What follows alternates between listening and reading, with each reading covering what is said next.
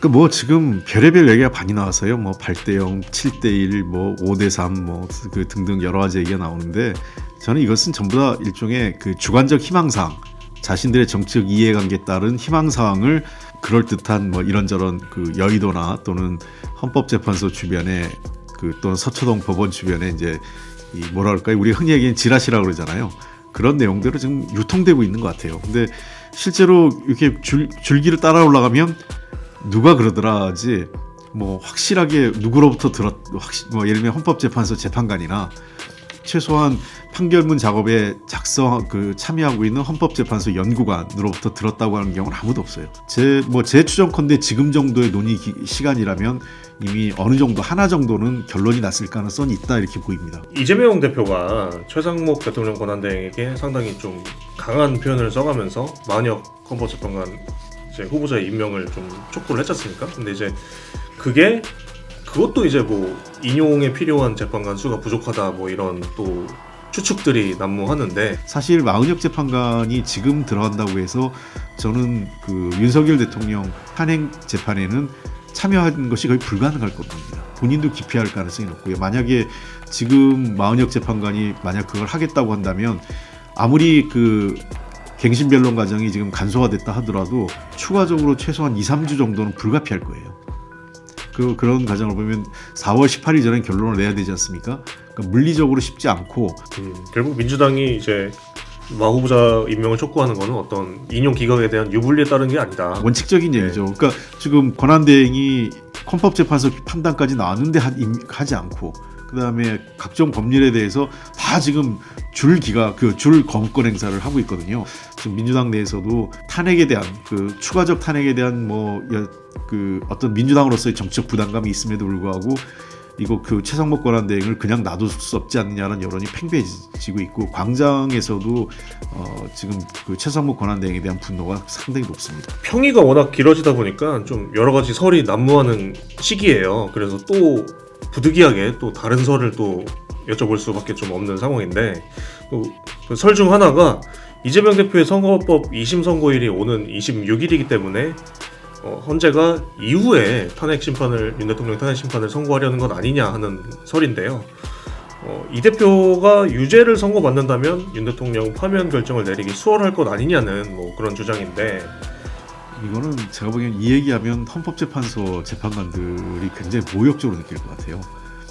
그거는 헌법재판소 재판관들이 자신의 소신 또는 헌법과 법률에 따라서 판단하지 않고 눈치 보고 판단한다 이런 거기 때문에 그래서도 안 될 뿐만 아니라 저는 그럴 가능성 거의 없다 이렇게 보입니다. 그리고 어느 누가 평의하는 과정에서 다른 재판관들한테 우리 이재명 대표 판결이 2심이 26일 있으니 그거 보고 우리 결론을 냅시다 라는 얘기를 했다면 제가 보기에 하지도 못할 것 같고요. 그런 말을 꺼내는 순간 내부에서는 제가 보기에는 저 사람 취급 못 받을 것 같아요.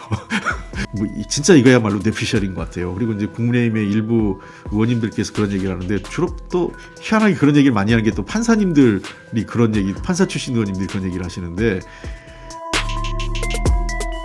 네, 말씀하셨다시피 이 야권에선 명백히 전원일치 늦어지긴 하지만 전원일치 파면감으로 지금 확신을 하고 계시잖아요. 근데 뭐 또 반대편에서는 지금 탄핵 인용에 필요한 6명의 찬성 의견도 모으기 힘든 상황이다 이렇게 보는 시각도 있는데요. 지금 헌재가 결정을 내리는데 어떤 장애 요소가 있다고 보시나요?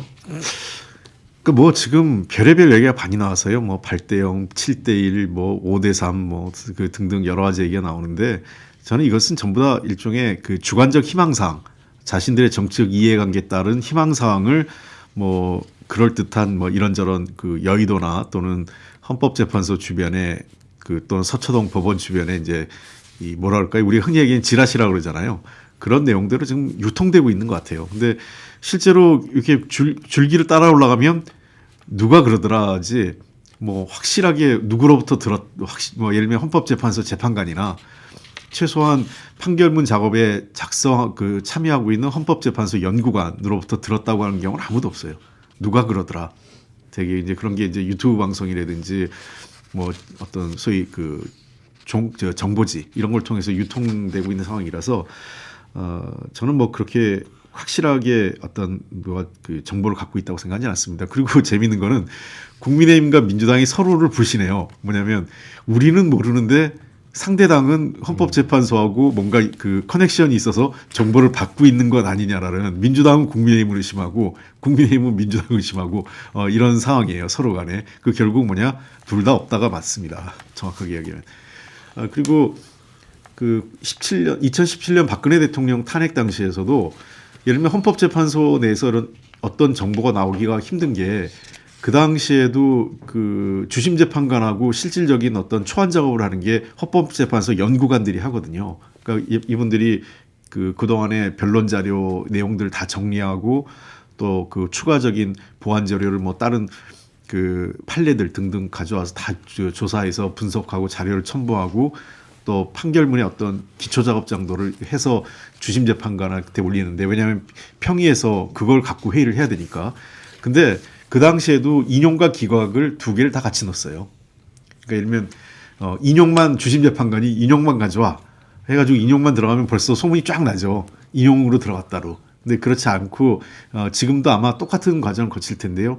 인용과 관련된 판결문, 기각과 관련된 판결문 두 개가 같이 들어가서 그 평의 과정에서는 헌법재판소 그 재판관들이 협의를 중에 있는 것 아니냐. 물론 저는 뭐 아직까지도 두 개를 갖고 같이 할지 아니면 이미 하나는 좀 버리고 뭐 인용이든 기각이든 하나만 갖고 얘기하는 단계인지는 모르겠습니다만, 제 추정컨대 지금 정도의 논의 시간이라면 이미 어느 정도 하나 정도는 결론이 났을 가능성이 있다 이렇게 보입니다. 근데 그건 아무도 알 수 없는 거죠. 헌법재판소 연구관 외에는, 재판관들, 당사자들 외에는. 근데 이제 이재명 대표가 최상목 대통령 권한대행에게 상당히 좀 강한 표현을 써가면서 만약 헌법재판관 이제 후보자의 임명을 좀 촉구를 했지 않습니까? 근데 이제 그것도 이제 뭐 인용에 필요한 재판관 수가 부족하다 뭐 이런 또 추측들이 난무하는데, 이재명 대표가 이렇게 촉구하는 배경은 실제 좀 뭐라고 생각을 하세요? 지금 민주당 내에서요, 최상목 권한대행에 대한 분노가 간단치 않습니다. 그러니까 마은혁 재판관의 임명을 하지 않은 것은 뭐 지난 처음에 이후에 임명하지 않은 것도 문제였지만, 더 문제가 되는 것은 지금 헌법재판소에서 만장일치로 그 국회 권한 침해라는 걸 인정을 했잖아요. 그러면 사실은 기한을 지정하지 않았다고 해서 임명하지 않는 건 잘못된 거죠. 지금 마은혁 재판관의 임명을 굉장히 민주당 내에서 강하게 얘기하는데, 사실 마은혁 재판관이 지금 들어간다고 해서 저는 그 윤석열 대통령 그 탄핵 재판에는 참여하는 것이 거의 불가능할 거로 보입니다. 본인도 기피할 가능성이 높고요. 만약에 지금 마은혁 재판관이 만약 그걸 하겠다고 한다면, 아무리 그 갱신 변론 과정이 지금 간소화됐다 하더라도 추가적으로 최소한 2, 3주 정도는 불가피할 거예요. 그런 과정을 보면 4월 18일 전에 결론을 내야 되지 않습니까? 그러니까 물리적으로 쉽지 않고 또 다른 여러 가지 논란이 있기 때문에, 저는 헌법재판소에서 더군다나 마은혁 재판관 한 명 때문에 뭐가 좌지우지 되는 상황이라고 한다면 더더욱이 그 참여 자체가 쉽지 않을 거로 보입니다. 결국 민주당이 이제 마 후보자 임명을 촉구하는 것은 어떤 인용 기각에 대한 유불리에 따른 게 아니다. 원칙적인 얘기죠. 그러니까 지금 권한대행이 헌법재판소 판단까지 나왔는데 하지 않고, 그다음에 각종 법률에 대해서 다 지금 줄 거부권 행사를 하고 있거든요.